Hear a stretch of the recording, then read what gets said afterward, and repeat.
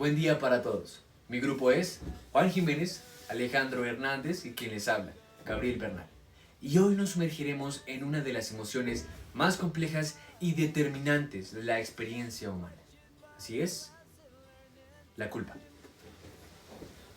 En su esencia más pura, la culpa no es un error psicológico. Es decir, o de hecho, es un mecanismo de adaptación y es esencial para una convivencia. Es la brújula interna que nos puede alertar, que nos puede impulsar hacia una reflexión y quién sabe, en el mejor de los casos, nos puede dirigir hacia una reparación de un daño y de un crecimiento ético. Cuando este sentimiento se distorsiona, cuando esta emoción se distorsiona y se internaliza de forma negativa, de forma patológica, la culpa se transforma en un mecanismo inevitable de autodestrucción.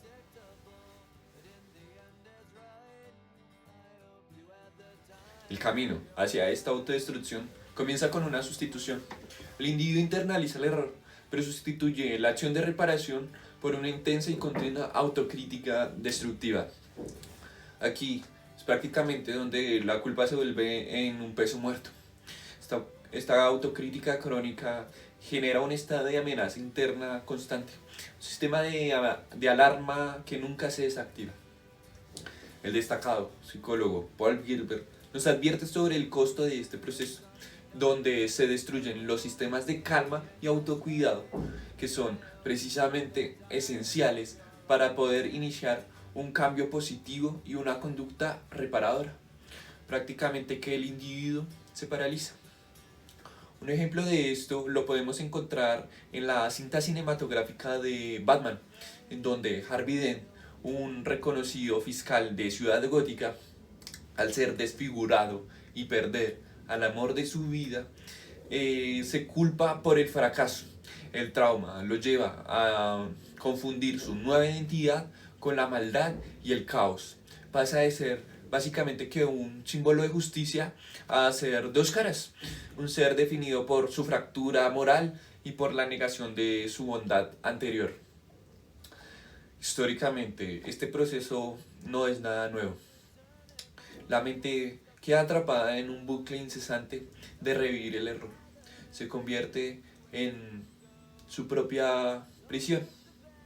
Sigmund Freud, en su obra Del malestar en la cultura de 1930, ya advertía sobre esta naturaleza severa del superyo.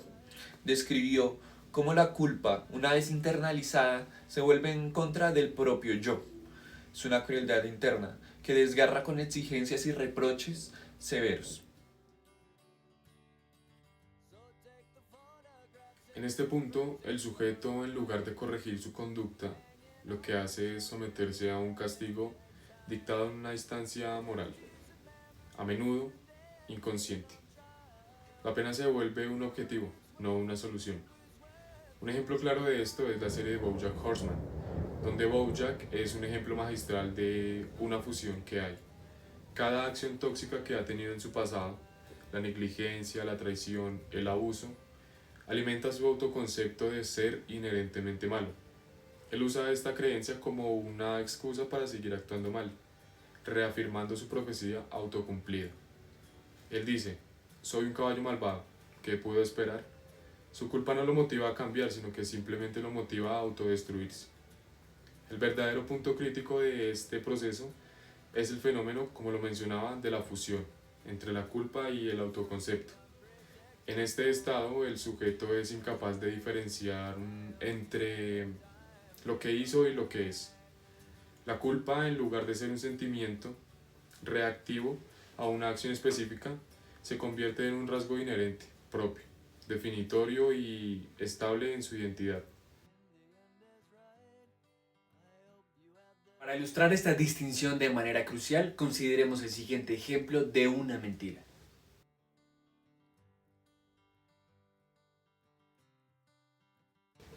Primer caso. Un individuo con culpa saludable diría, he mentido, debo disculparme y reparar el daño causado. Debo reparar la mentira que dije. Es una culpa orientada a una responsabilidad y al futuro.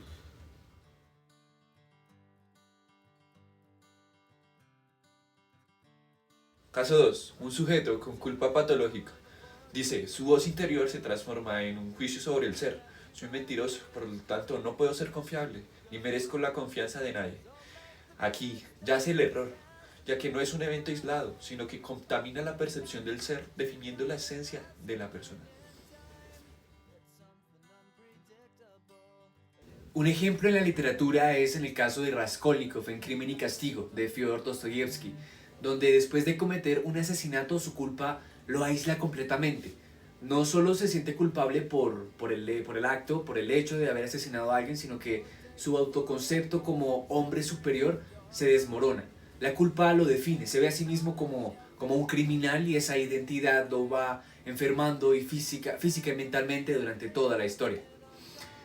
En contraste, un ejemplo de culpas saludables se evidencia en la canción Good Riddance, Time of Your Life de Green Day, que a pesar de su título sarcástico, que Good Riddance se traduce como qué bueno que te fuiste, qué bueno que te vas, es una meditación melancólica sobre la inevitabilidad del cambio y la aceptación del pasado para avanzar una resiliencia. La letra sugiere aceptar el cambio. Un pasaje dice, Time grabs you by degrees, directs you where to go, y ver la experiencia pasada no como un error, sino más bien como una lección aprendida, que dice, It's not a question, but a lesson learned in time. Bueno, que retrata eso. La línea final es, for what it's worth, it was worth all the while. Por lo que valió la pena todo el tiempo. Básicamente valida las dificultades y los fracasos que fueron valiosos y parte del crecimiento. Lo que quiere decir que en esencia la canción captura muy bien el sentimiento de Raskolnikov al final de la novela. El doloroso reconocimiento de que una parte de su vida y de sus creencias tienen que morir para que la vida real surja y moralmente pueda sanar.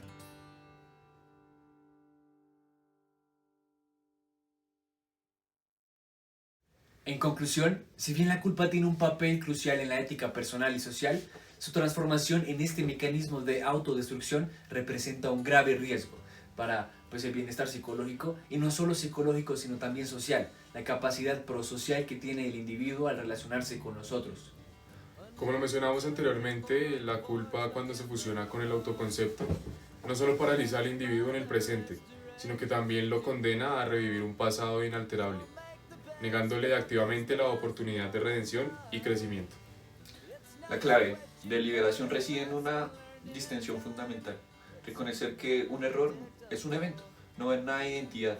Entender que el haber actuado mal no es lo mismo que ser malo.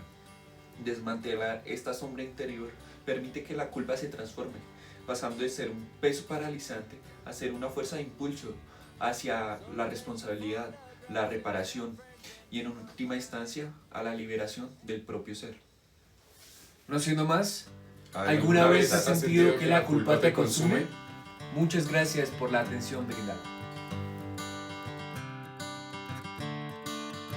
Another turning point, a fork stuck in the road.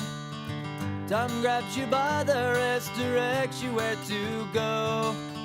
So make the best of this test and don't ask why.